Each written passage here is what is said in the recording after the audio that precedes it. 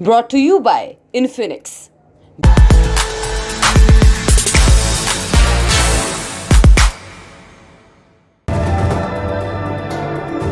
Brought to you by Infinix.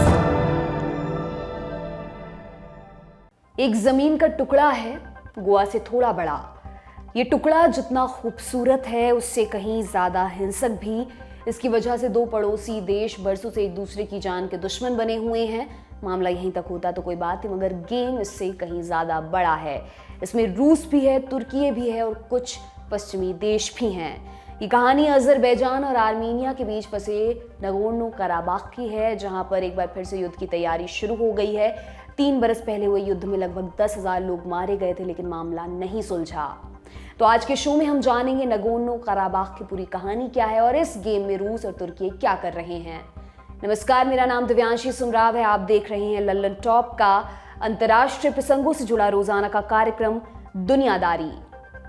आपकी screen पर इस वक्त एक नक्शा दिखाई दे रहा होगा। ऊपर की तरफ रूस है, नीचे यानी दक्षिण की तरफ आते आते 2 सागर दिखने लगते हैं। पूरब की तरफ कैस्पियन सी और पश्चिम में ब्लैक सी। इन दोनों के बीच में कुछ देश हैं, इनको सामूहिक रूप से कॉकसस कहा जाता है। ये नाम इस इलाके की माउंटेन रेंज के नाम पर रखा गया है। कॉकसस में रूस के दक्षिणी हिस्से के अलावा जॉर्जिया, आर्मीनिया और अजरबैजान जैसे देश आते हैं। आज की कहानी का फोकस आर्मीनिया और अजरबैजान की लड़ाई पर होगा, लेकिन इस लड़ाई में पड़ोसियों का भी उतना ही योगदान है। अब एक दूसरा नक्शा आप देखिए। इसमें पश्चिम की तरफ आर्मीनिया है, पूरब की तरफ है अजरबैजान। अजरबैजान की सीमा के अंदर में एक इलाका हरे रंग से घिरा हुआ दिखाई दे रहा होगा। ये है नगोर्नो कराबाख। लगभग 1.5 लाख की आबादी है। पूरे झगड़े की जड़ में यही इलाका है, नगोर्नो कराबाख। अजरबैजान की सीमा के अंदर आता है। इंटरनेशनल कम्युनिटी भी इसको अजरबैजान का हिस्सा मानती है, लेकिन यहाँ रहने वाले अधिकतर लोग ऐसा नहीं मानते। यहाँ की 90% से अधिक आबादी आर्मीनियाई मूल की है। उनकी वफादारी भी आर्मीनिया की तरफ है। सोवियत संघ के विघटन के बाद हुए युद्ध में आर्मीनिया ने नगोर्नो कराबाख पर कब्जा कर लिया। तब से अजरबैजान इसको वापस लेने के लिए संघर्ष कर रहा है। इसको लेकर 2020 में 1.5 महीने तक युद्ध भी चला। इसमें अजरबैजान ने नगोर्नो कराबाख के आसपास के इलाकों पर कंट्रोल कर लिया। हालांकि वे अंदर घुसने में नाकाम रहे। 44 दिनों के बाद संघर्ष विराम समझौता हुआ। इसके तहत रूस और तुर्की की पीस कीपिंग फोर्स दोनों देशों के बॉर्डर पर पहरे के लिए राजी हुई। सबसे ज्यादा रूसी सैनिक पहुंचे लाचिन कॉरिडोर पर। यह कॉरिडोर आर्मीनिया को नगोर्नो कराबाख से जोड़ता है। ये इकलौता लिंक है। इसी रास्ते से नगोर्नो कराबाख में रहने वाले लोग आर्मीनिया आते हैं। उनके रिश्तेदार एक दूसरे की तरफ रहते हैं। रेड क्रॉस और दूसरी एजेंसियां भी इसी रास्ते मदद पहुंचाती हैं, लेकिन अब इस पर रोक लगने जा रही है। ऐसा क्यों? अभी क्या घटना हुई? 23 अप्रैल 2023 को अजरबैजान की सेना ने लाचिन कॉरिडोर पर चेक पॉइंट लगा दिया। मौके पर मौजूद रूसी सैनिकों ने उन्हें नहीं रोका। पॉलिटिको की रिपोर्ट के मुताबिक सीमा पर हुई झड़प में एक आर्मीनियाई सैनिक मारा गया। इसके बाद हिंसा बढ़ने की आशंका बढ़ गई है। अजरबैजान की सरकार राजधानी बाकू से चलती है। उन्होंने कहा कि हमारे सैनिक चेक पॉइंट पर बने रहेंगे और वे एक तरफ से दूसरी तरफ जाने वाली गाड़ियों पर नजर रखेंगे। बाकू ने लाचिन कॉरिडोर पर चेक पॉइंट बनाने की 2 बड़ी वजहें बताई। नंबर 1, आर्मीनिया के सैनिक और आतंकी गुट अवैध तरीके से नगोर्नो कराबाख में फैले हुए हैं। उनका आना जाना लाचिन कॉरिडोर से ही होता है। यह हमारी सुरक्षा के लिए खतरा है, इसको रोका जाएगा। नंबर 2, आर्मीनिया लाचिन कॉरिडोर से हमारे प्राकृतिक संसाधन लूट रहा है, हमें इसको भी रोकना है। अजरबैजान के विदेश मंत्रालय ने साफ साफ कहा है कि हम कॉरिडोर को अपने कब्जे में ले रहे हैं। इसके लिए हम रूसी सैनिकों से बातचीत कर रहे हैं। अजरबैजान के ऐलान पर आर्मीनिया ने क्या कहा?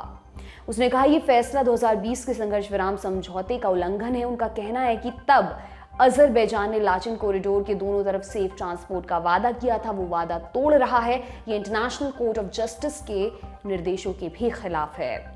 इस मसले पर रूस ने कहा कि हालात चिंताजनक हैं। अमेरिका ने कहा कि लाचिन कॉरिडोर को बंद करना खतरनाक हो सकता है। अभी तक जितनी कहानी आपने सुनी उसमें कई बार 2020 के संघर्ष विराम समझौते का जिक्र आ रहा है।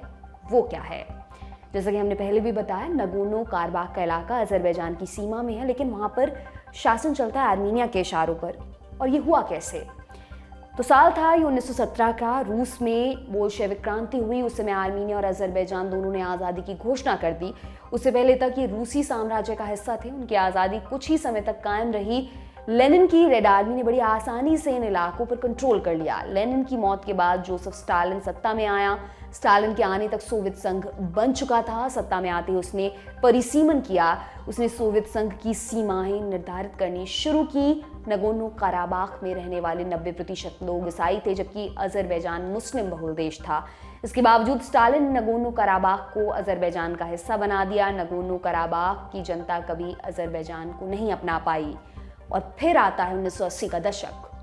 सोवियत संघ कमजोर पड़ने लगा। संघ में शामिल देशों में क्रांति होने लगी। इसका असर नगोर्नो कराबाख पर भी पड़ा। वहां भी आर्मीनिया में शामिल होने की मांग जोर पकड़ने लगी। 1988 में इलाके की विधानसभा ने इस पर मुहर भी लगा दी। 1991 में नगोर्नो कराबाख ने खुद को अजरबैजान से आजाद घोषित कर दिया। तब तक सोवियत संघ का विघटन हो चुका था। आर्मीनिया और अजरबैजान खुद से फैसले लेने के लिए स्वतंत्र थे। उन्होंने फैसला लिया युद्ध लड़ने का।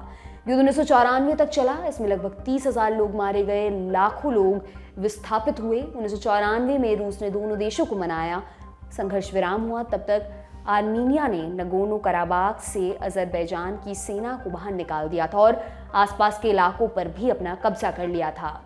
1994 में तो अजरबैजान यथास्थिति बनाए रखने पर राजी हो गया था, मगर उसका गुस्सा कभी कम नहीं हुआ। बीच बीच में छिटपुट झड़पें भी होती रही, मगर हालात जल्द ही नॉर्मल हो जाते थे। और फिर आया साल 2020 का। सितंबर 2020 में दोनों पक्ष भिड़ गए। ये युद्ध 10 नवंबर 2020 तक चला। इसमें दोनों तरफ से मिलाकर लगभग 10,000 लोग मारे गए। बाकी तबाही अलग थी। नवंबर 2020 में फिर से रूस बीच बचाव में आया। 10 नवंबर को रूस के राष्ट्रपति व्लादिमीर पुतिन की मौजूदगी में आर्मीनिया और अजरबैजान ने संघर्ष विराम पर दस्तखत कर दिए। इस बार की लड़ाई में अजरबैजान 20 साबित हुआ। उसने नगोर्नो कराबाख के आसपास के उन इलाकों पर भी कंट्रोल कर लिया जिस पर पहले आर्मीनिया बैठा हुआ था। हालांकि वो नगोर्नो कराबाख पर कंट्रोल करने में नाकाम रहा। समझौते के दिन जो जहां पर था उस पर उस देश का हक माना गया। इसके अलावा रूस और तुर्की ने पीस कीपिंग फोर्स भेजने का भी ऐलान किया। ये भी कहा गया कि लाचिन कॉरिडोर को चालू रखा जाएगा। दोनों देश युद्धबंदियों की अदला बदली करेंगे और हर तरह की नाकेबंदी हटा ली जाएगी। समझौते के बाद अजरबैजान काफी खुश था, उसे बढ़त मिली थी। दूसरी तरफ आर्मीनिया को यह हार नहीं पची। वहां प्रदर्शनकारी संसद में पहुंच गए, काफी तोड़फोड़ भी हुई। किसी तरह स्थिति को काबू किया गया, लेकिन चूंकि 2020 की डील स्थायी नहीं थी, इसलिए झगड़ा पनपने का खतरा बना रहा। सितंबर 2022 में स्थिति बनी भी। उस समय हुई झड़पों में दोनों तरफ से लगभग 1,000 लोग मारे गए थे। उस समय भी संघर्ष विराम करना पड़ा था। अब 7 महीने बाद एक बार फिर युद्ध की आशंका बढ़ने लगी है। अजरबैजान मानता है कि नगोर्नो कराबाख हमारा है और उसको शांति से हमारा हिस्सा बन जाना चाहिए। आर्मीनिया कहता है वहां रहने वाले लोग हमारे हैं, हम उनका साथ नहीं छोड़ेंगे। अगर हमने उन्हें अकेला छोड़ दिया तो हमारे लोगों का नरसंहार हो सकता है। अब सवाल ये कि दो देशों की लड़ाई में नरसंहार कहां से आया? ये हुआ था 1915 में। तब ऑटोमन साम्राज्य ने आर्मीनियाई मूल के कम से कम 10 लाख लोगों की हत्या की थी। उनके ऊपर गद्दारी का आरोप लगाया गया था। इस नरसंहार की कहानी फिर कभी विस्तार से आपको सुनाएंगे। अभी हम आर्मीनिया अजरबैजान की तरफ वापस लौटते हैं। पहले विश्व युद्ध के बाद ऑटोमन साम्राज्य टूट गया। बची कुची शक्ति तुर्की के पास आई। कालांतर में तुर्की अजरबैजान का पक्का दोस्त बन गया। इसकी एक वजह जातीयता भी बताई जाती है। तुर्की नेटो का भी मेंबर है। उसकी पूर्वी सीमा आर्मीनिया से लगती है। आर्मीनिया आरोप लगाता है कि तुर्की सीरिया के लड़ाकों को ट्रेनिंग और हथियार देकर उसके यहाँ आतंक फैला रहा है। अगर नगोर्नो कराबाख में अजरबैजान आया तो तुर्की को फ्री हैंड मिल जाएगा। ये दूसरे नरसंहार का कारण बन सकता है। ये तो हो गई एक वजह। दूसरी वजह तेल और गैस की सप्लाई से जुड़ी है। अल जजीरा की रिपोर्ट के मुताबिक अजरबैजान की कमाई का 90% हिस्सा तेल और गैस से आता है। इसकी पाइपलाइन नगोर्नो कराबाख से होकर गुजरती है। तुर्की की जरूरत की गैस का बड़ा हिस्सा इन्हीं पाइपलाइन से होकर आता है। अगर इलाके में कुछ गड़बड़ हुई तो इसका असर तुर्की की सेहत पर पड़ेगा, इसलिए वो अजरबैजान से दोस्ती जारी रखने की जदोजहद में जुटा रहता है। ये तो हो गया तुर्की कनेक्शन। रूस की जो भूमिका है वो भी आपको बताते हैं।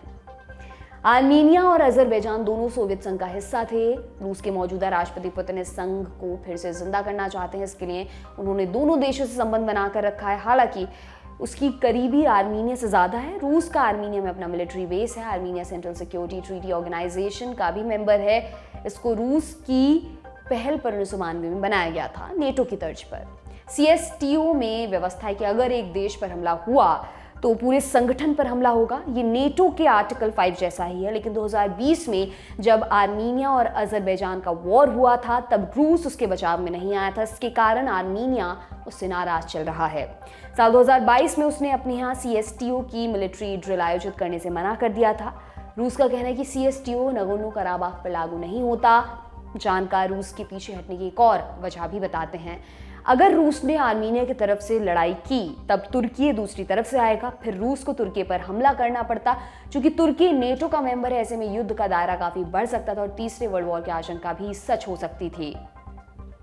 अब सवाल यह आता कि अभी का माहौल बड़े युद्ध में बदल सकता है।